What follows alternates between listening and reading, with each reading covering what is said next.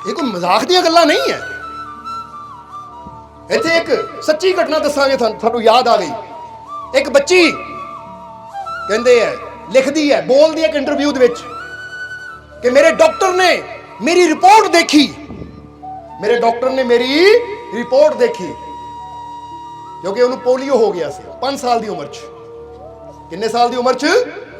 5 ਸਾਲ ਦੀ ਉਮਰ 'ਚ ਉਹਨੂੰ ਪੋਲੀਓ ਹੋ ਗਿਆ। ਪੋਲੀਓ ਤੁਸੀਂ ਸਮਝਦੇ ਹੀ ਹੋ ਕਿ ਜਦੋਂ ਬੱਚੇ ਨੂੰ ਪੋਲੀਓ ਹੋ ਜਾਂਦਾ ਤਾਂ ਬੱਚੇ ਦੀਆਂ ਲੱਤਾਂ ਐਨ ਸੁੱਕ ਜਾਂਦੀਆਂ, ਡੈੱਡ ਹੋ ਜਾਂਦੀਆਂ ਕਿ ਤੁਰ ਫਿਰ ਨਹੀਂ ਸਕਦੀਆਂ। ਕਹਿੰਦੀ ਮੇਰੇ ਡਾਕਟਰ ਨੇ ਮੇਰੀ ਰਿਪੋਰਟ ਦੇਖੀ। ਜਰਾ ਗੌਰ ਕਰਨਾ, ਇਹ ਸਾਡੇ ਸਾਰਿਆਂ ਜੀਵਾਂ ਦੇ ਜੀਵਨ ਵਾਸਤੇ ਬੜਾ ਜ਼ਰੂਰੀ ਹੈ ਇਹ ਕਿੱਸਾ, ਇਹ ਸੱਚੀ ਘਟਨਾ ਕਿ ਮੇਰੇ ਡਾਕਟਰ ਨੇ ਮੇਰੀ ਰਿਪੋਰਟ ਦੇਖੀ ਔਰ ਮੇਰੀ ਰਿਪੋਰਟ ਦੇਖ ਕੇ ਮੇਰੀ ਮਾਂ ਨੂੰ ਕਿਹਾ, ਮੈਂ ਸਾਹਮਣੇ ਬੈਠੀ ਹਾਂ, ਔਰ ਮਾਂ ਨੂੰ ਕਿਹਾ ਕਿ ਬੜੇ ਅਫਸੋਸ ਦੀ ਗੱਲ ਹੈ ਕਿ ਤੁਹਾਡੀ ਬੱਚੀ ਹੁਣ ਸਾਰੀ ਜ਼ਿੰਦਗੀ ਕਦੀ ਚੱਲ ਨਹੀਂ ਪਾਏਗੀ। ਤੁਹਾਡੀ ਬੱਚੀ ਸਾਰੀ ਜ਼ਿੰਦਗੀ ਚੱਲ ਨਹੀਂ ਪਾਏਗੀ, ਕਦੀ ਪੈਰਾਂ ਤੇ ਖੜੀ ਨਹੀਂ ਹੋ ਪਾਏਗੀ। ਇਸ ਲਈ ਬੜੀ ਅਫਸੋਸ ਦੀ ਗੱਲ ਹੈ। ਡਾਕਟਰ ਨੇ ਅਫਸੋਸ ਜਤਾਇਆ। ਮੇਰੀ ਮਾਂ ਨੇ ਰਿਪੋਰਟ ਲਈ, ਪੜ੍ਹੀ ਔਰ ਡਾਕਟਰ ਦੀ ਤਰਫ ਦੇਖਿਆ, ਫਿਰ ਮਾਂ ਨੇ ਮੇਰੀ ਤਰਫ ਦੇਖਿਆ ਔਰ ਮੇਰੀ ਤਰਫ ਦੇਖ ਕੇ ਮੇਰੇ ਸਿਰ ਤੇ ਹੱਥ ਰੱਖ ਕੇ ਕੀ ਕਹਿੰਦੀ, ਜਰਾ ਗੌਰ ਕਰਨਾ, ਮਾਂ ਦਾ ਬਚਨ ਕੀ ਸੀ ਉਸ ਲਈ। ਕਹਿੰਦੀ ਡਾਕਟਰ ਸਾਹਿਬ ਤੁਸੀਂ ਕੀ ਕਹਿੰਦੇ ਹੋ, ਤੁਹਾਡੀ ਰਿਪੋਰਟ ਕੀ ਕਹਿੰਦੀ ਹੈ? ਮੈਨੂੰ ਇਹਦੇ ਨਾਲ ਮਤਲਬ ਨਹੀਂ ਹੈ, ਕਿਉਂਕਿ ਤੁਹਾਡੀ ਰਿਪੋਰਟ ਕਹਿੰਦੀ ਮੇਰੀ ਬੱਚੀ ਚੱਲ ਨਹੀਂ ਸਕਦੀ, ਤੁਸੀਂ ਕਹਿੰਦੇ ਹੋ ਮੇਰੀ ਬੱਚੀ ਕਦੀ ਆਪਣੇ ਪੈਰਾਂ ਤੇ ਖੜੀ ਨਹੀਂ ਹੋ ਸਕਦੀ, ਤੁਸੀਂ ਕਹਿੰਦੇ ਹੋ, ਪਰ ਮੈਨੂੰ ਪੂਰਾ ਯਕੀਨ ਆਪਣੇ ਭਗਵਾਨ ਤੇ, ਆਪਣੇ ਪ੍ਰਮਾਤਮਾ ਤੇ ਕਿ ਮੇਰੀ ਬੱਚੀ ਤੇ ਮੈਨੂੰ ਵਿਸ਼ਵਾਸ ਹੈ, ਇਹ ਮਿਹਨਤ ਕਰੇਗੀ, ਇਹ ਚਲੇਗੀ ਵੀ, ਦੌੜੇਗੀ ਵੀ ਔਰ ਸਭ ਤੋਂ ਤੇਜ਼ ਦੌੜ ਕੇ ਦਿਖਾਏਗੀ, ਮੈਨੂੰ ਵਿਸ਼ਵਾਸ ਹੈ। ਕਹਿੰਦੇ ਜਦੋਂ ਬੱਚੀ ਦੇ ਸਿਰ ਤੇ ਹੱਥ ਰੱਖ ਕੇ ਇਹ ਗੱਲ ਕਹੀ ਤਾਂ ਬੱਚੀ ਕਹਿੰਦੀ ਹੈ ਕਿ ਹੁਣ ਮੇਰੇ ਕੋਲ ਦੋ ਰਸਤੇ ਸੀ, ਜਾਂ ਤਾਂ ਮੈਂ ਆਪਣੇ ਮਾਂ ਦੀਆਂ ਗੱਲਾਂ ਤੇ, ਮਾਂ ਦੇ ਵਿਸ਼ਵਾਸ ਤੇ ਵਿਸ਼ਵਾਸ ਕਰਦੀ, ਤਾਂ ਜਾਂ ਡਾਕਟਰ ਦੀਆਂ ਗੱਲਾਂ ਤੇ, ਰਿਪੋਰਟਾਂ ਤੇ ਵਿਸ਼ਵਾਸ ਕਰਦੀ ਕਿ ਰਿਪੋਰਟ ਕੀ ਕਹਿ ਰਹੀ ਹੈ, ਇਹ ਬੱਚੀ ਦੀਆਂ ਲੱਤਾਂ ਡੈਡ, ਇਹ ਬੱਚੀ ਕਦੀ ਚੱਲ ਨਹੀਂ ਸਕਦੀ। ਰਿਪੋਰਟ ਇਹ ਕਹਿ ਰਹੀ ਹੈ, ਡਾਕਟਰ ਇਹ ਕਹਿ ਰਹੇ ਹੈ, ਪਰ ਮਾਂ ਕੀ ਕਹਿ ਰਹੀ ਹੈ ਕਿ ਮੈਨੂੰ ਆਪਣੇ ਭਗਵਾਨ ਤੇ ਔਰ ਇਹ ਬੱਚੀ ਤੇ ਪੂਰਾ ਵਿਸ਼ਵਾਸ ਹੈ ਕਿ ਇਹ ਚਲੇਗੀ ਵੀ ਔਰ ਦੌੜੇਗੀ ਵੀ। ਕਹਿੰਦੀ ਹੁਣ ਮੇਰੇ ਕੋਲ ਦੋ ਹੀ ਰਸਤੇ, ਜਾਂ ਤਾਂ ਮੈਂ ਡਾਕਟਰ ਦੀ ਗੱਲ ਤੇ ਵਿਸ਼ਵਾਸ ਕਰਦੀ ਕਿ ਮੈਂ ਨਹੀਂ ਚੱਲ ਸਕਦੀ, ਤਾਂ ਜਾਂ ਮੈਂ ਆਪਣੀ ਮਾਂ ਦੇ ਵਿਸ਼ਵਾਸ ਤੇ ਵਿਸ਼ਵਾਸ ਕਰਦੀ ਕਿ ਮੈਂ ਚੱਲ ਸਕਦੀ ਹੈ, ਕਿ ਦੌੜ ਸਕਦੀ ਹੈ। ਹੁਣ ਜ਼ਰਾ ਗੌਰ ਕਰਨਾ, ਬੱਚੀ ਨੇ ਕੀ ਚੁਣਿਆ, ਬੱਚੀ ਨੇ ਕੀ ਚੁਣਿਆ? ਕਿਉਂਕਿ ਤੁਹਾਡੇ ਕੋਲ ਵੀ ਹਮੇਸ਼ਾ ਦੋ ਰਸਤੇ ਹੁੰਦੇ ਹੈ ਕਿ ਜਾਂ ਤੁਸੀਂ ਦੁਨੀਆ ਦੀਆਂ ਗੱਲਾਂ ਤੇ ਯਕੀਨ ਕਰ ਲਓ, ਡਾਕਟਰ ਦੀਆਂ ਗੱਲਾਂ ਤੇ ਯਕੀਨ ਕਰ ਲਓ ਕਿ ਤੂੰ ਨਹੀਂ ਕਾਮਯਾਬ ਹੋ ਸਕਦਾ, ਤੇਰੀ ਗੱਲ ਨਹੀਂ ਬਣਨੀ, ਜਾਂ ਤੇਰਾ ਦੁੱਖ ਦੂਰ ਨਹੀਂ ਹੋਣਾ, ਇਹ ਬੜੀ ਖਤਰਨਾਕ ਬਿਮਾਰੀ ਹੈ। ਜਾਂ ਤਾਂ ਦੁਨੀਆ ਦੀਆਂ ਗੱਲਾਂ ਤੇ, ਡਾਕਟਰਾਂ ਦੀਆਂ ਗੱਲਾਂ ਤੇ ਯਕੀਨ ਕਰ ਲਓ, ਜਾਂ ਦੂਜੇ ਪਾਸੇ ਮਾਂ ਯਾਨੀ ਮੁਰਸ਼ਦ। ਕਿਉਂਕਿ ਕਹਿੰਦੇ ਪਹਿਲਾ ਬੱਚੇ ਦਾ ਨਾ ਜਿਹੜਾ ਗੁਰੂ ਹੁੰਦਾ ਮਾਂ ਹੀ ਹੁੰਦੀ, ਜਿੱਥੋਂ ਤੁਰਨਾ ਫਿਰਨਾ ਬੋਲਣਾ ਸਿੱਖਦਾ ਹੈ। ਹੁਣ ਜਾਂ ਫਿਰ ਦੂਜੇ ਪਾਸੇ ਅਸੀਂ ਆਪਣੇ ਗੁਰੂ, ਆਪਣੇ ਮੁਰਸ਼ਦ ਦੀਆਂ ਗੱਲਾਂ ਤੇ ਯਕੀਨ ਕਰੀਏ ਕਿ ਵਿਸ਼ਵਾਸ ਰੱਖ, ਤੂੰ ਕਰ ਸਕਦਾ ਹੈ, ਵਿਸ਼ਵਾਸ ਰੱਖ ਤੇਰੀ ਹਰ ਮੁਸ਼ਕਿਲ ਦਾ ਹੱਲ ਹੋ ਸਕਦਾ ਹੈ, ਵਿਸ਼ਵਾਸ ਕਰ ਕਿ ਤੇਰੇ ਦੁੱਖ ਦੂਰ ਹੋ ਸਕਦੇ ਹੈ। ਹੁਣ ਜੇ ਇਨਸਾਨ ਡਾਕਟਰਾਂ ਦੀਆਂ ਗੱਲਾਂ ਤੇ, ਦੁਨੀਆ ਦੀਆਂ ਗੱਲਾਂ ਤੇ ਯਕੀਨ ਕਰੇ ਤਾਂ ਸਾਰੀ ਜ਼ਿੰਦਗੀ ਕੀ ਹੋਏਗਾ, ਹਾਰਿਆ ਹੋਇਆ, ਦੁਖੀ ਹੋ ਕੇ ਬੈਠਾ ਰਹੇਗਾ। ਤਾਂ ਜੇ ਯਕੀਨ ਕਰ ਲਵੇ ਆਪਣੇ ਮੁਰਸ਼ਿਦ ਦੀਆਂ ਗੱਲਾਂ ਤੇ, ਜੇ ਯਕੀਨ ਕਰ ਲਵੇ ਕਿ ਠੀਕ ਹੈ ਦੁੱਖ ਹੈ, ਡਾਕਟਰ ਇਹ ਕਹਿੰਦੇ, ਰਿਪੋਰਟਾਂ ਇਹ ਕਹਿੰਦੀਆਂ ਹੈ, ਪਰ ਮੈਨੂੰ ਵਿਸ਼ਵਾਸ ਹੈ ਆਪਣੇ ਮਾਲਿਕ ਤੇ ਕਿ ਮੇਰਾ ਮਾਲਿਕ ਅਸੰਭਵ ਨੂੰ ਸੰਭਵ ਕਰ ਸਕਦਾ ਹੈ ਔਰ ਕਰਕੇ ਦਿਖਾਏਗਾ। ਫਿਰ ਕੀ ਹੋਏਗਾ, ਅੰਦਰ ਹੌਸਲਾ ਹੋਏਗਾ, ਇੱਕ ਖੁਸ਼ੀ ਮਿਲੇਗੀ, ਮਿਲੇਗੀ ਕਿ ਨਹੀਂ? ਜਰਾ ਤੁਸੀਂ ਸੋਚ ਕੇ ਦੇਖੋ, ਜੇ ਤੁਹਾਨੂੰ ਕੋਈ ਤਕਲੀਫ ਹੈ, ਤੁਹਾਡਾ ਕੋਈ ਕੰਮ ਹੈ ਜਿਹੜਾ ਨਹੀਂ ਬਣ ਰਿਹਾ, ਤੇ ਤੁਸੀਂ ਸੋਚ ਲਓ ਹਾਏ ਮੇਰਾ ਕੰਮ ਨਹੀਂ ਬਣਨਾ, ਮੇਰਾ ਦੁੱਖ ਦੂਰ ਨਹੀਂ ਹੋਣਾ, ਤਾਂ ਕੀ ਅੰਦਰੋਂ ਮਿਲਦਾ ਹੈ? ਤੁਹਾਡਾ ਹੌਸਲਾ ਟੁੱਟਦਾ ਹੈ, ਤਾਂ ਤੁਹਾਡੀ ਜਿਹੜੀ ਮੌਤ ਹੈ ਨਾ ਸਾਹਮਣੇ ਨਜ਼ਰ ਆਉਂਦੀ ਹੈ। ਜਿਹੜਾ ਪਰਸੋਂ ਮਰਨਾ ਅੱਜ ਹੀ ਬੰਦਾ ਮਰ ਜਾਂਦਾ, ਹਾਏ ਮੈਂ ਨਹੀਂ ਠੀਕ ਹੋਣਾ, ਮੇਰਾ ਕੰਮ ਨਹੀਂ ਚੱਲਣਾ। ਤਾਂ ਜੇ ਕੋਈ ਮੁਰਸ਼ਦ, ਕੋਈ ਤਾਕਤ ਕਹਿ ਦੇਵੇ ਤੂੰ ਹੋਏਗਾ ਠੀਕ, ਤੇਰਾ ਕੰਮ ਵੀ ਚਲੇਗਾ, ਤੈਨੂੰ ਕਾਮਯਾਬੀ ਮਿਲੇਗੀ, ਤਾਂ ਜਰਾ ਸੋਚੋ ਅੰਦਰ ਕੀ ਹੁੰਦਾ ਹੈ। ਉਸੇ ਵੇਲੇ ਅੰਦਰ ਇੱਕ ਨਵਾਂ ਜੀਵਨ ਸੰਚਾਰ ਹੁੰਦਾ ਹੈ। ਯਾਨੀ ਇਦਾਂ ਲੱਗਦਾ ਕਿ ਨਵਾਂ ਜੀਵਨ, ਜਿਹਦਾ ਰੁੱਖੇ ਪੌਦੇ ਨੂੰ ਪਾਣੀ ਮਿਲ ਜਾਂਦਾ ਹੈ ਨਾ, ਉਹਦੇ ਅੰਦਰ ਹਰਿਆਲੀ ਆ ਜਾਂਦੀ ਹੈ। ਤਾਂ ਜਦੋਂ ਮੁਰਸ਼ਦ ਦੇ ਪੋਜ਼ਿਟਿਵ ਵਿਚਾਰ ਮਿਲਦੇ ਆ ਤਾਂ ਇਨਸਾਨ ਦੇ ਰੁੱਖੇ ਜੀਵਨ ਅੰਦਰ ਵੀ ਦੁਬਾਰਾ ਜਾਨ ਆ ਜਾਂਦੀ ਹੈ, ਹੌਸਲਾ ਹੁੰਦਾ ਹੈ ਬੰਦੇ ਨੂੰ। ਫਿਰ ਬੰਦੇ ਦਾ ਫਾਈਟ ਕਰਨ ਨੂੰ ਦਿਲ ਕਰਦਾ ਕਿ ਹਰ ਬਿਮਾਰੀ ਨਾਲ ਲੜਨਾ ਹੈ, ਹਰ ਹਾਲਾਤ ਨਾਲ ਲੜਨਾ ਹੈ, ਕਿਉਂਕਿ ਮੈਨੂੰ ਹਿੰਮਤ ਦੇਣ ਵਾਲਾ, ਮੈਨੂੰ ਤਾਕਤ ਦੇਣ ਵਾਲਾ ਮੇਰਾ ਮਾਲਿਕ ਮੇਰਾ ਮਾਲਿਕ ਮੇਰੇ। ਸੋ ਅੱਜ ਤੋਂ ਡਰਨਾ ਨਹੀਂ ਹੈ। ਬੱਚੀ ਨੇ ਕਿਹਾ ਕਿ ਮੇਰੇ ਕੋਲ ਦੋ ਰਸਤੇ ਸੀ, पर मैं देखा कि मेरे जीवन खुशी किदां आंदी है, वो मां की गल विश्वास नाल खुशी आंदी है। इसलिए मैं अपनी मां के विश्वास से विश्वास किया। मां ने बड़ी मेहनत की, मैनू हौसला दिंदी गई, मैं भी कोशिश करती गई और बीमारी तो मैं हार नहीं मन्नी, किसी मुसीबत तो मैं हार नहीं मन्नी। अपनी मां के विश्वास से विश्वास करके मैं अपने पैरों ते खड़ गई। पता बच्ची का नाम की सी? वो बच्ची का नाम सी विल्मा रिडोल्फ, जो कि अमेरिका दी सन 1960 विच अमेरिका दी पहली महिला सी जिसने इको ही ओलंपिक विच 3 गोल्ड मैडल जिते दौड़ विच। और उन्होंने उस वेले किहड़ा खिताब दिता गया सी? सुपर फास्ट वुमेन दा, कि सब तो तेज दौड़न वाली रेसर विल्मा रिडोल्फ। जरा गौर करना, जिन्होंने डॉक्टर कहते सी खड़ी नहीं हो सकती, चल नहीं सकती, उन्हें ओलंपिक दे विच, क्योंकि ओलंपिक कोई छोटी मोटी पिंड दी गेम नहीं हुंदी, कोई पिंड दी खेल नहीं हुंदी। ओलंपिक का मतलब है जिथे पूरे वर्ल्ड दियां टीमां इकट्ठियां हुंदियां है, जिन्ने भी देश है सारे खिलाड़ी आंदे हैं, जिहड़े बेस्ट हुंदे हैं, फिर दौड़ते हैं, रेस लगाते, जितदा है तो उन्हें गोल्ड मैडल मिलता है। तो विल्मा रिडोल्फ इको ही ओलंपिक विच उन्हें 3 गोल्ड मैडल जित के 3 गोल्ड मैडल जित के इतिहास में अपना नाम अमर कर दिता कि उस वेले वो पहली महिला एथलीट सी, रनर सी, जिन्हें इको ही ओलंपिक में 3 गोल्ड मैडल जिते। 3 गोल्ड मैडल। तो जो इंटरव्यू दे रही सी ना, उस वेले उन्हें यह गल कही, जो पूछा तुहाडी जित दा राज की है, ये 3 गोल्ड मैडल जिते राज की है? तो विल्मा ने उस वेले यह गल कही सी कि जो 5 साल दी सी, तो मेरे डॉक्टर ने मेरी रिपोर्ट देख के कहता सी कि तू कदी पैरों ते खड़ी नहीं हो सकती, चल नहीं सकती, पर मेरी मां ने कहा सी मैनू विश्वास है अपने मालिक ते और ये बच्ची ते, ये चलेगी भी और चलेगी की, मैनू यकीन है अपने भगवान ते कि एक दिन सब तो तेज दौड़ के दिखाएगी। और अज मेरी ये जित दा, अज मेरी जित दा राज है मेरे मां दा मेरे ते और अपने रब ते विश्वास। जे मेरी मां उदों विश्वास ना करदी, उदों विश्वास ना करदी अपने मालिक ते, परमात्मा ते और मेरे ते, तो शायद अज भी मैं व्हील चेयर ते बैठी हुंदी। ਉਹ ਜਿਹਨੂੰ ਪੋਲੀਓ ਹੋ ਗਿਆ ਸੀ, ਜੇ ਮਾਂ ਦੇ ਵਿਸ਼ਵਾਸ ਨਾਲ ਉਹ ਦੁਬਾਰਾ ਪੈਰਾਂ ਤੇ ਖੜੀ ਹੋ ਕੇ ਵਰਲਡ ਦੀ ਸਭ ਤੋਂ ਤੇਜ਼ ਰਨਰ ਬਣ ਕੇ 골ਡ ਮੈਡਲ ਜਿੱਤ ਸਕਦੀ ਹੈ, ਤਾਂ ਫਿਰ ਜ਼ਰਾ ਸੋਚੋ ਤੁਹਾਡੇ ਤਾਂ ਪੈਰ ਫਿਰ ਸਲਾਮਤ ਹੈ। ਉਹ ਤੁਸੀਂ ਆਪਣੀ ਜ਼ਿੰਦਗੀ ਦੀ ਰੇਸ ਆਪਣੇ ਮਾਲਿਕ ਤੇ ਵਿਸ਼ਵਾਸ ਕਰਕੇ, ਆਪਣੇ ਮੁਰਸ਼ਦ ਤੇ ਵਿਸ਼ਵਾਸ ਕਰਕੇ ਕਿਉਂ ਨਹੀਂ ਜਿੱਤ ਸਕਦੇ? ਇੱਕ ਵਾਰ ਵਿਸ਼ਵਾਸ ਕਰਕੇ ਦੇਖੋ, ਤੁਹਾਡੀ ਜਿੱਤ ਵੀ ਜ਼ਰੂਰ ਹੋਏਗੀ। ਔਰ ਤੁਹਾਡੇ ਜੀਵਨ 'ਚ ਵੀ ਖੁਸ਼ੀਆਂ ਦੇ 골ਡ ਮੈਡਲ, ਕਾਮਯਾਬੀ ਦੇ 골ਡ ਮੈਡਲ ਤੁਹਾਨੂੰ जरूर मिलणगे। और एक दूजा किस्सा भी इत्थे सुना दिए, फिर टाइम काफी हो गया, सत्संग नूं समाप्ति तरफ लेके चलिए। दूजा किस्सा भी एक सच्ची घटना दसन लगे हैं कि एक डॉक्टर सी, बहुत बड़े साइंटिस्ट सी अमेरिका दे, जिन्हां नाम सी ली डे फॉरेस्ट। बहुत बड़े साइंटिस्ट जिन्हां ने कई आविष्कार किए। हुण उन्होंने एक इंटरव्यू दे विच एक खुल के गल कही सी, जरा गौर करना।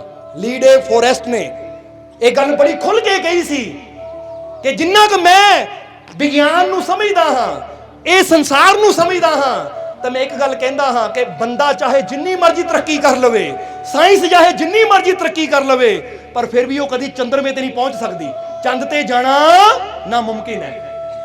जे तुसीं उहनां दा नाम लिखोगे ना, तो उन्होंने कोट, उन्होंने वचन नाल लिखे आ जाने कि तस्वीर के थल्ले लिखा भी है कि साइंस या बंदा जिन्नी मर्जी तरक्की कर लवे, पर वो कदी चंद ते पहुंच नहीं सकता, चंद ते जाना नामुमकिन है। उन्होंने साफ किया, एडे वड्डे विज्ञानिक ने। एक इंटरव्यू दे विच अखबारां ते भी वो खबर आई, रेडियो के उत्ते भी उन्होंने इंटरव्यू दी गई, फॉरेस्ट ने जो इंटरव्यू दी। पर जरा गौर करो, डॉक्टर ने, इन्हां साइंटिस्ट ने, डॉक्टर फॉरेस्ट ने की किया सी, कोई भी चंद्रमे ते नहीं पहुंच सकता, क्योंकि धरती की ग्रेविटेशन इन्नी है कि तुसी कोई भी चीज ऊपर नूं भेजोगे ना, खिंच के थल्ले ले आनी है। यह है गुरुत्वाकर्षण, एक मैग्नेटिक पावर। तां ही कोई पत्थर मार दो वापस धरती वाल आंदा है। वो कहंदे धरती की ग्रेविटेशन इन्नी ज्यादा है कि कोई चीज धरती दे बाहर जा ही नहीं सकती, जिहड़ी जाण की कोशिश करेगी ना वापस खिंच लेनी है। पर कुछ ऐसे सी बिलीवर, कुछ ऐसे बिलीवर सी, बिलीवर कहते हैं विश्वास करने वाले, जिन्हों ने डॉक्टर फॉरेस्ट की एक गल ते यकीन नहीं किया। उन्होंने कोशिश की और सन 1969 यानी सन 1969 ਦੇ ਵਿੱਚ ਅਪੋਲੋ ਯਾਨ ਪਹਿਲੀ ਵਾਰ ਚੰਦਰਮੇ ਤੇ ਪਹੁੰਚਿਆ, ਪਹਿਲੀ ਵਾਰ ਚੰਦਰਮੇ ਤੇ ਪਹੁੰਚਿਆ। ਔਰ ਉਹਦੇ ਚੋਂ ਉਹ ਨਾਸਾ ਦਾ ਜਾਂਬਾਜ਼ ਜਿਹਦਾ ਨਾਮ ਸੀ ਨੀਲ ਆਰਮਸਟਰੋਂਗ, ਨੀਲ ਆਰਮਸਟਰੋਂਗ, ਉਹਨੇ ਪਹਿਲਾ ਜੰਪ ਕੀਤਾ ਜਾਨ ਤੋਂ ਚੰਦਰਮੇ ਤੇ ਔਰ ਆਪਣੇ ਇਹ ਪੈਰ ਚੰਦਰਮੇ ਤੇ ਜਮਾਏ। जरा गौर करना क्यों जमाए। एक साइंटिस्ट कह रहा नामुमकिन है, कोई चंद्रमे ते नहीं पहुंच सकता, पर उन्होंने बिलीव सी, यकीन सी कि अगर कोशिश की जाए तो नामुमकिन नूं मुमकिन किया जा सकता है, असंभव नूं संभव किया जा सकता है। क्योंकि बंदे का विश्वास इन्ना बड़ा है, बंदे की हिम्मत इन्नी बड़ी है कि इस धरती की ग्रेविटेशन पावर भी उन्होंने रोक नहीं सकती। ਉਹ ਧਰਤੀ ਨਹੀਂ ਰੋਕ ਸਕੀ, ਇਹਦੀ ਗ੍ਰੈਵਿਟੇਸ਼ਨ ਪਾਵਰ ਨਹੀਂ ਰੋਕ ਸਕੀ ਉਹਨਾਂ ਦੇ ਵਿਸ਼ਵਾਸ ਨੂੰ। ਤਾਂ ਤੁਸੀਂ ਦੁਨੀਆ ਦੇ ਕਹਿ ਤੇ ਰੁਕ ਜਾਂਦੇ ਹੋ, ਮੁਸੀਬਤਾਂ ਨੂੰ ਦੇਖ ਕੇ ਰੁਕ ਜਾਂਦੇ ਹੋ। ਤੁਹਾਡਾ ਵਿਸ਼ਵਾਸ ਵੀ ਇੰਨਾ ਬੜਾ ਹੋਣਾ ਚਾਹੀਦਾ ਹੈ ਕਿ ਐਡੀ ਵੱਡੀ ਪ੍ਰਿਥਵੀ ਜੇ ਇੱਕ ਇਨਸਾਨ ਨੂੰ ਨਹੀਂ ਰੋਕ ਸਕੀ, ਉਹ ਭਾਈ ਸਾਨੂੰ ਇਹ ਮੁਸੀਬਤਾਂ ਪਰੇਸ਼ਾਨੀਆਂ ਕਿੱਦਾਂ ਰੋਕ ਸਕਦੀਆਂ ਹੈ। ਅਸੀਂ ਵੀ ਆਪਣੇ ਵਿਸ਼ਵਾਸ ਦੀ ਪਾਵਰ ਨੂੰ ਇੰਨਾ ਵਧਾਉਣਾ ਹੈ, ਆਪਣੇ ਮਾਲਿਕ ਦੇ ਪ੍ਰੇਮ ਦੀ ਸ਼ਕਤੀ ਨੂੰ ਇੰਨਾ ਵਧਾਉਣਾ, ਇੰਨੀ એનર્ਜੀ ਆਪਣੇ ਅੰਦਰ ਪੈਦਾ ਕਰਨੀ ਹੈ ਕਿ ਫੁਰ ਉੜਦੇ ਕਾਮਯਾਬੀ ਦੀ मंजिल तक पहुंच जाइए। पर असीं तां एवें डर जाते, घबरा जाते मुसीबतां नूं देख के। जद भी किसी नूं कुछ मिलता ना तो बिलीवर नूं मिलता है। अचीव उही करते हैं, हासिल उही करते जिन्हां नूं बिलीव है। क्योंकि जदों फॉरेस्ट ने कहा सी कोई मून ते नहीं पहुंच सकता, चंद्रमे ते नहीं पहुंच सकता, नामुमकिन है, तो बहुत लोगों ने कहा सी सच कह रहा है। पर कुछ ऐसे सी जिन्होंने कहा अज तक कोई पहुंचा क्यों नहीं, क्योंकि किसी ने कोशिश ही नहीं की। ਜਦੋਂ ਕੋਸ਼ਿਸ਼ ਹੀ ਨਾ ਕੀਤੀ ਜਾਵੇ ਤਾਂ ਕਿੱਦਾਂ ਪਤਾ ਲੱਗੇ ਬੰਦਾ ਜਾ ਸਕਦਾ ਕਿ ਨਹੀਂ। और ਜਦੋਂ विश्वास ना कोशिश ਕੀਤੀ ਤਾਂ कोशिश करने वालों की कभी ਤਾਂ ਤੁਸੀਂ ਹਾਰਨਾ है या जितना है, ਤਾਂ फिर कोशिश करते चले जाओ, विश्वास नाल कोशिश करते चले जाओ और उदों तक कोशिश करते रहो जब तक कामयाबी कदमां च ना आ जावे। बोलो समझदे हो? क्योंकि कामयाबी हासिल करनी इदा नहीं है कि बैठे तो भूआ जी ने आके लड्डू दे दिता, लै पुत खा लै, या मासी आई डब्बा लैके लै पुत बर्फी का टुकड़ा खा ला। कामयाबी इदा लड्डू बन के नहीं आती, कामयाबी तो मेहनत करके हासिल करनी पैंदी है, सट्टा खा के हासिल करनी पैंदी है। इसलिए इत्थे हुण आखिरले वचनां च गल कवांगे, आखिरले वचनां च कि जो कमजोर था पत्थर, जो पत्थर कमजोर था वो चोट पड़ने पर कंकर कंकर हो गया। कंकर कंकर समझते हो ना, चूर चूर। जो पत्थर कमजोर था वो चोट पड़ने पर कंकर कंकर हो गया, और जो था अंदर से मजबूत वो चोट पड़ने पर भोले शंकर हो गया। समझते हो कि नहीं? एक पत्थर हुंदा ਉਹਨੂੰ ਤਰਾਸ਼ਿਆ ਜਾਂਦਾ ਚੂਰ ਚੂਰ ਹੋ ਜਾਂਦਾ ਹੈ, ਤੇ ਇੱਕ ਪੱਥਰ ਹੁੰਦਾ, ਪੱਥਰ ਉਹੀ ਹੁੰਦਾ ਹੈ, ਉਹਨੂੰ ਤਰਾਸ਼ਿਆ ਜਾਂਦਾ ਤਾਂ ਜੋ ਭਗਵਾਨ ਦੀ ਮੂਰਤ ਨਿਕਲ ਆਂਦੀ ਹੈ। ਇਹ ਮੁਸੀਬਤਾਂ ਉਹ ਸੈਣੀ ਥੋੜੀ ਦਾ ਕੰਮ ਕਰਦੀਆਂ ਹੈ ਕਿ ਜਿਹੜੇ ਇਨਸਾਨ ਅੰਦਰੋਂ ਕਮਜ਼ੋਰ ਹੁੰਦੇ ਹੈ, ਜਿਨ੍ਹਾਂ ਦਾ ਵਿਸ਼ਵਾਸ ਕਮਜ਼ੋਰ ਹੁੰਦਾ ਹੈ, ਹਿੰਮਤ ਕਮਜ਼ੋਰ ਹੁੰਦੀ ਹੈ, ਹੌਸਲਾ ਕਮਜ਼ੋਰ ਹੁੰਦਾ ਹੈ, ਉਹ ਮੁਸੀਬਤਾਂ ਦੀ ਸੱਟ ਪੈਂਦੀ ਹੈ ਤਾਂ ਕੰਕਰ ਕੰਕਰ ਹੋ ਜਾਂਦੇ। ਉਹ ਕਹਿੰਦੇ ਬਿਖਰ ਗਏ ਅਸੀਂ, ਟੁੱਟ ਗਏ ਅਸੀਂ, ਮਰ ਗਏ ਅਸੀਂ। ਤਾਂ ਜਿਹੜੇ ਅੰਦਰੋਂ ਮਜ਼ਬੂਤ ਹੁੰਦੇ ਨਾ, ਪਤਾ ਕਿ ਅਸੀਂ ਮਾਲਿਕ ਦੇ ਲਾਲ ਹਾਂ। ਲਾਲ ਸਮਝਦੇ ਹੋ ਨਾ? ਕਿਹਦੇ ਲਾਲ ਹੋ ਤੁਸੀਂ? ਆਪਣੇ ਮਾਲਿਕ ਦੇ। ਤੈਨੂੰ ਪਤਾ ਮੈਂ ਮਾਲਿਕ ਦਾ ਬੱਚਾ ਆ, ਔਰ ਜੇ ਮੈਂ ਮਾਲਿਕ ਦਾ ਬੱਚਾ ਤਾਂ ਮੇਰਾ ਮਾਲਿਕ ਇੰਨਾ ਮਜ਼ਬੂਤ ਹੈ ਤਾਂ ਮੈਂ ਕਮਜ਼ੋਰ ਕਦੀ ਹੋ ਹੀ ਨਹੀਂ ਸਕਦਾ। ਕੀ ਮੰਨਦੇ ਹੋ ਤੁਸੀਂ?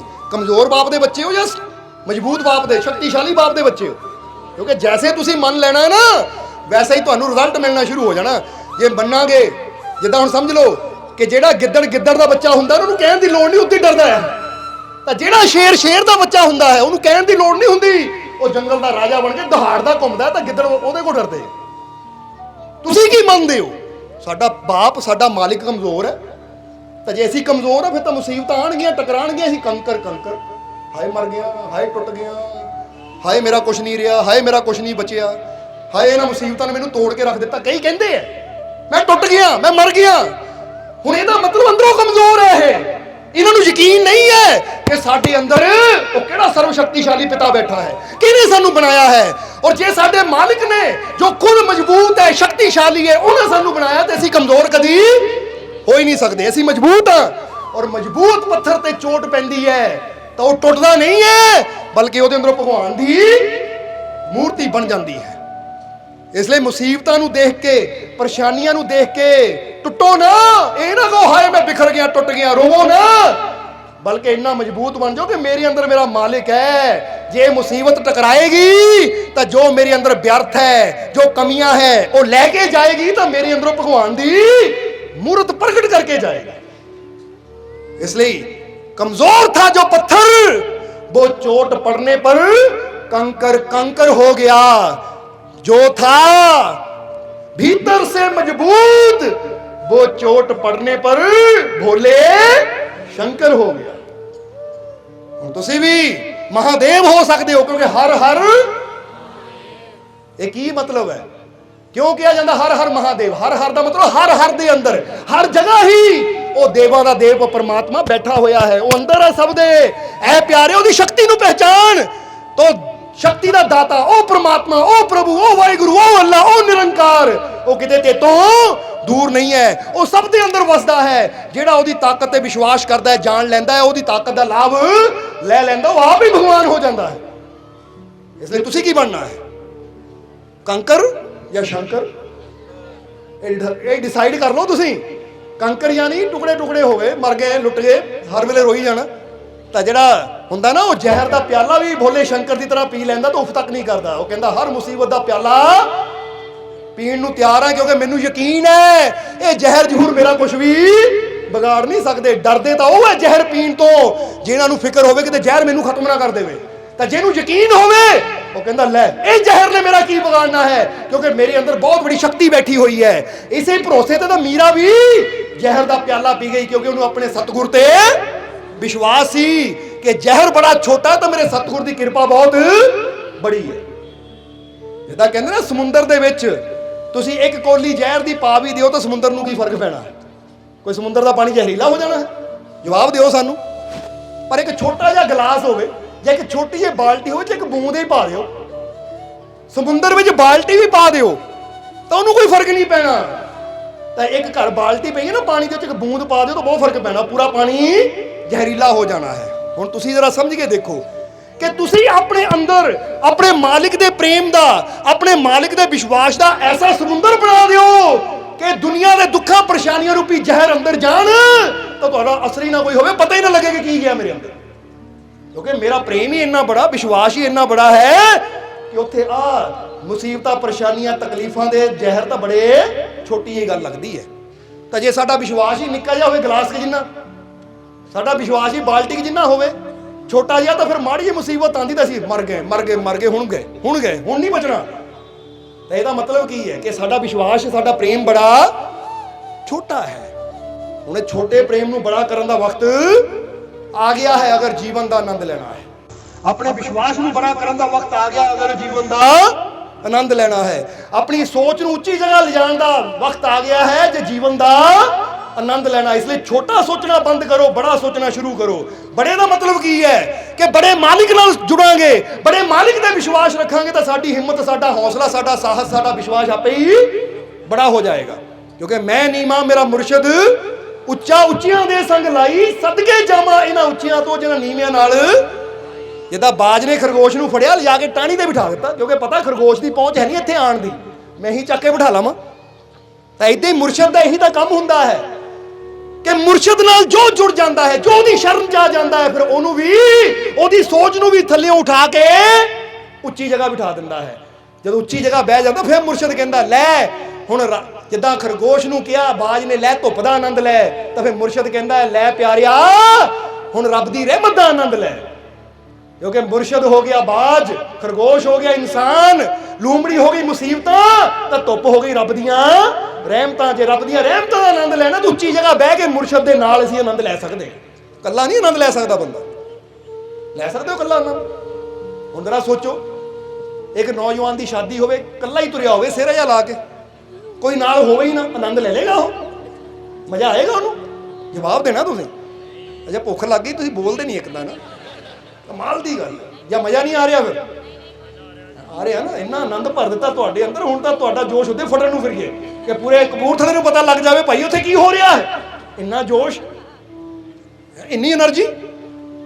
ਸੋ ਜੇ ਇਕੱਲਾ ਬੰਦਾ ਹੋਵੇ ਨਾ, ਲਾ ਦਿਓ ਗਲ 'ਚ ਪਾ ਦਿਓ, ਭਾਵੇਂ ਉਹਦੇ ਡਾਲਰਾਂ ਦੇ ਹਾਰ ਪਾ ਦਿਓ, ਸਿਹਰਾ ਵੀ ਲਾ ਦਿਓ ਹੀਰੇ ਮੋਤੀਆਂ ਨਾਲ ਜੜਿਆ, ਪਰ ਏਦਾਂ ਤੁਰਿਆ ਹੋਏਗਾ। ਕੀ ਗੱਲ, ਇਕੱਲਾ ਹੀ ਹੈ, ਇਕੱਲੇ ਦਾ ਕੀ ਮਜ਼ਾ। ਇਕੱਲਾ ਬੰਦਾ ਵਿਆਹ ਸ਼ਾਦੀ ਦਾ, ਘਰ ਦੇ ਕਿਸੇ ਫੰਕਸ਼ਨ ਦਾ ਆਨੰਦ ਨਹੀਂ ਲੈ ਸਕਦਾ। ਘਰ ਦਾ ਕੋਈ ਵੀ ਫੰਕਸ਼ਨ ਹੋਵੇ ਉਹਦਾ ਆਨੰਦ ਲੈਣਾ ਤਾਂ ਰਿਸ਼ਤੇਦਾਰਾਂ ਦੀ ਜ਼ਰੂਰਤ ਹੁੰਦੀ ਹੈ। ਬਿਨਾਂ ਰਿਸ਼ਤੇਦਾਰਾਂ ਤੋਂ ਘਰ ਦੇ ਫੰਕਸ਼ਨਾਂ ਦਾ ਆਨੰਦ ਨਹੀਂ ਬੰਦਾ ਲੈ ਸਕਦਾ। ਤਾਂ ਜੇ ਜੀਵਨ ਦਾ ਆਨੰਦ ਲੈਣਾ ਹੋਵੇ ਤਾਂ ਉੱਥੇ ਮੁਰਸ਼ਦ ਦੀ ਜ਼ਰੂਰਤ ਹੁੰਦੀ ਹੈ, ਕਿਉਂਕਿ ਬਿਨਾਂ ਮੁਰਸ਼ਦ ਤੋਂ ਇਨਸਾਨ ਜੀਵਨ ਦਾ ਆਨੰਦ ਨਹੀਂ ਲੈ ਸਕਦਾ। ਇਹ ਯਾਦ ਰੱਖਣਾ ਤੁਸੀਂ।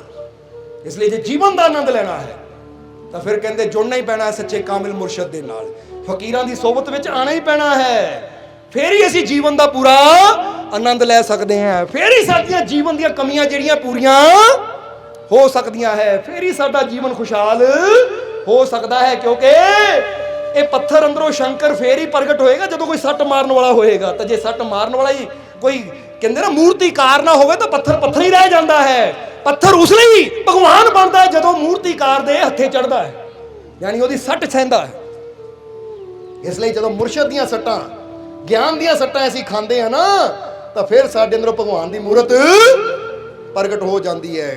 ਇਸ ਲਈ ਜਿਹਨਾਂ ਪੱਥਰ ਰਹਿਣਾ ਉਹ ਠੀਕ ਹੈ, ਜਿਹਨਾਂ ਭਗਵਾਨ ਬਣਨਾ ਆ ਜਾਓ, ਦਰਬਾਰ ਖੁੱਲ੍ਹਾ ਹੈ ਉਹਨਾਂ ਵਾਸਤੇ। ਸਮਝਦੇ ਹੋ ਕਿ ਨਹੀਂ? ਕਿਉਂਕਿ ਅਸੀਂ ਇਸ ਗਿਆਨ ਦੀਆਂ ਸੱਟਾਂ ਮਾਰੀਆਂ ਜਾਣੀਆਂ ਤਾਂ ਤੁਹਾਡੇ ਅੰਦਰਲਾ ਭਗਵਾਨ ਬਾਹਰ ਆਈ ਜਾਣਾ। ਕਿਉਂਕਿ ਜਿਹਨੂੰ ਅਸੀਂ ਆਪਣੇ ਅੰਦਰ ਜਾਣਿਆ ਦੇਖੀਦਾ ਹੈ ਕਿ ਉਹ ਤੁਹਾਡੇ ਅੰਦਰ ਵੀ ਬੈਠਾ ਹੈ। ਬਸ ਹੁਣ ਥੋੜੀ ਜਿਹੀ ਅਸੀਂ ਮਿਹਨਤ ਕਰੀਏ ਤਾਂ ਕਿ ਤੁਸੀਂ ਵੀ ਉਹਨੂੰ ਜਾਣ ਲਓ। ਕਿਉਂ ਗੱਲ ਤਾਂ ਜਾਣਨ ਦੀ ਹੈ ਨਾ। ਜਿਹਨੂੰ ਅਸੀਂ ਦੇਖ ਰਹੇ ਹਾਂ ਅੰਦਰ, ਜਿਹਦੀ એનર્ਜੀ ਨੂੰ ਅਸੀਂ ਫੀਲ ਕਰ ਰਹੇ ਹਾਂ, ਜਿਸ ਆਨੰਦ ਨੂੰ ਅਸੀਂ ਮਹਿਸੂਸ ਕਰ ਰਹੇ ਹਾਂ, ਜਿਹੜੀ ਰਹਿਮਤ ਨੂੰ ਅਸੀਂ ਦੇਖ ਰਹੇ ਹਾਂ, ਸਾਨੂੰ ਪਤਾ ਉਹ ਰਹਿਮਤ ਤੁਹਾਡੇ ਅੰਦਰ ਵੀ ਛੁਪੀ ਬੈਠੀ ਹੈ, ਦਬੀ ਬੈਠੀ ਹੈ। ਕਿਉਂਕਿ ਜੇ ਇੱਕ ਪੱਥਰ ਮੂਰਤੀ ਬਣ ਸਕਦਾ ਹੈ ਤਾਂ ਦੂਜੇ ਪੱਥਰਾਂ ਅੰਦਰ ਵੀ ਸੰਭਾਵਨਾ ਹੈ ਉਹ ਵੀ ਮੂਰਤ ਬਣ ਸਕਦੇ ਆ। ਬਸ ਜ਼ਰੂਰਤ ਹੈ ਐਸੇ ਮੁਰਸ਼ਦ ਦੀ ਜਿਹੜੀ ਉਹ ਸੁਪੀ ਸੰਭਾਵਨਾ ਨੂੰ ਪ੍ਰਗਟ ਕਰ ਸਕੇ। ਹਰ ਬੀਜ ਬ੍ਰਿਕਸ਼ ਬਣ ਸਕਦਾ ਹੈ। ਬਸ ਜ਼ਰੂਰਤ ਹੈ ਐਸੇ ਮਾਲੀ ਦੀ ਜਿਹੜਾ ਉੱਤੇ ਮਿਹਨਤ ਕਰਕੇ ਉਹ ਬੀਜ ਅੰਦਰ ਛੁਪੇ ਬ੍ਰਿਕਸ਼ ਨੂੰ ਪ੍ਰਗਟ ਕਰ ਸਕੇ। ਇਸ ਲਈ ਉਹਨੂੰ ਕਹਿੰਦੇ ਮੁਰਸ਼ਦ, ਜੋ ਮਾਲੀ ਦਾ ਕੰਮ ਕਰਦਾ ਹੈ। ਸਮਝ ਆ ਗਈ ਕਿ ਨਹੀਂ? ਇਸ ਲਈ ਹੁਣ ਆਖਰਲੇ ਵਚਨਾਂ 'ਚ ਕਿ ਆਪਣੀ ਹਿੰਮਤ ਨੂੰ, ਆਪਣੇ ਹੌਸਲੇ ਨੂੰ ਕਿੰਨਾ ਬੜਾ ਕਰਨਾ ਹੈ ਕਿ ਮੁਸੀਬਤਾਂ ਪਰੇਸ਼ਾਨੀਆਂ ਦੀ ਲੂੰਬੜੀਆਂ ਤੋਂ ਅਸੀਂ ਨਹੀਂ ਡਰਨਾ। ਔਰ ਇਹ ਸੋਚਣਾ ਹੈ ਕਿ ਜੇ ਬਿਲਮਾ ਰਿਡੋਲਫ ਉਹ ਪੋਲੀਓ ਨਾਲ ਗ੍ਰਸਤ ਬੱਚੀ ਆਪਣੇ ਮਾਂ ਦੇ ਵਿਸ਼ਵਾਸ ਨਾਲ, ਭਗਵਾਨ ਦੇ ਵਿਸ਼ਵਾਸ ਨਾਲ ਦੌੜ ਕੇ ਜਿੱਤ ਸਕਦੀ ਹੈ ਤਾਂ ਫਿਰ ਅਸੀਂ ਵੀ ਹਰ ਮੁਸੀਬਤ ਨੂੰ ਹਰਾ ਸਕਦੇ ਹਾਂ। ਫਿਰ ਸਾਡੀ ਜਿੱਤ ਵੀ ਜ਼ਰੂਰ ਹੋਏਗੀ, ਕਿਉਂਕਿ ਸਾਨੂੰ ਵੀ ਆਪਣੇ ਮਾਲਿਕ ਤੇ ਪੂਰਾ, ਆਪਣੇ ਮਾਲਿਕ ਤੇ ਪੂਰਾ, ਆਪਣੇ ਮਾਲਿਕ ਤੇ ਪੂਰਾ। ਔਰ ਫਿਰ ਇੱਕ ਗੱਲ ਕਵਾਂਗੇ, ਉਹੀ ਜੋ ਸ਼ਾਇਦ ਲਾਈਨ ਕਹੀ ਸੀ ਕਿ ਆਂधियां तुझे उड़ा ना सके, जल भी तुझे डुबा ना सके, अग्नि तुझको जला ना सके, इतना भरोसा पैदा कर अपने आप में कि कोई मुसीबत तुझको हरा ना सके। करो अपने अंदर भरोसा। हुण कह दियो कि मैनू अपने मालिक ते पूरा, मैनू अपने मालिक ते पूरा, मैनू अपने मालिक ते पूरा। मेरियां झोलियां खुशियां नाल, मेरियां झोलियां खुशियां नाल, मेरियां झोलियां खुशियां नाल, मेरियां झोलियां रहमतां नाल, मेरियां झोलियां रहमतां नाल, मेरियां झोलियां रहमतां नाल। मेरा मालिक मेरे, मेरा मालिक मेरे, मेरा मालिक मेरे, मैं बहुत, मैं बहुत, मैं बहुत ज्यादा। हस के दिखाओ। इदां ही मालिक तुहानू खुश रखन। आने वाला समा खुशियां भरिया होवे, कामयाबी भरिया होवे।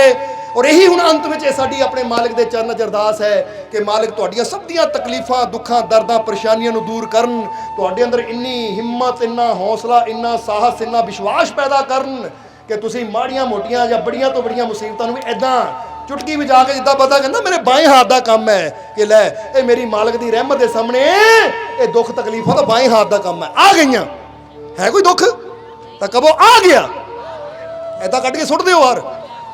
किसी ने सिर दर्द आ गया, आ गई मेरे मालिक दी रहमत। समझ गए? पहला दुख नूं फड़ लो, है किसी कोई तकलीफ है इसलिए फड़ो दुख नूं, आ गया दुख और आ गई मेरे मालिक दी रहमत। भर गया मैं रहमत दे नाल, हो गया भरपूर अपने मालिक दी, हो गया भरपूर अपने मालिक दी, हो गया भरपूर अपने मालिक दी। और जिथे रहमत का प्रकाश होवे उत्थे दुखां दा अंधेरा कदी आ ही नहीं सकता। इसलिए महसूस करो कि मेरे मालिक दी रहमत सदा मेरे, मेरे मालिक दी रहमत सदा मेरे ਮੇਰੇ ਮਾਲਕ ਦੀ ਰਹਿਮਤ ਸਦਾ ਮੇਰੇ। ਤਾਂ ਮਾਲਕ ਇੱਦਾਂ ਹੀ ਰਹਿਮਤ ਕਰਨ ਕਿ ਤੁਹਾਡੇ ਦਿਲਾਂ 'ਚ ਪਿਆਰ ਇਹ ਵਿਸ਼ਵਾਸ ਵੱਧਦਾ ਚਲਾ ਜਾਵੇ ਔਰ ਆਉਣ ਵਾਲਾ ਸਮਾਂ ਤੁਹਾਡੇ ਸਭ ਦੇ ਵਾਸਤੇ ਖੁਸ਼ੀਆਂ, ਕਾਮਯਾਬੀ, ਸਫਲਤਾ ਭਰਿਆ ਹੋਵੇ।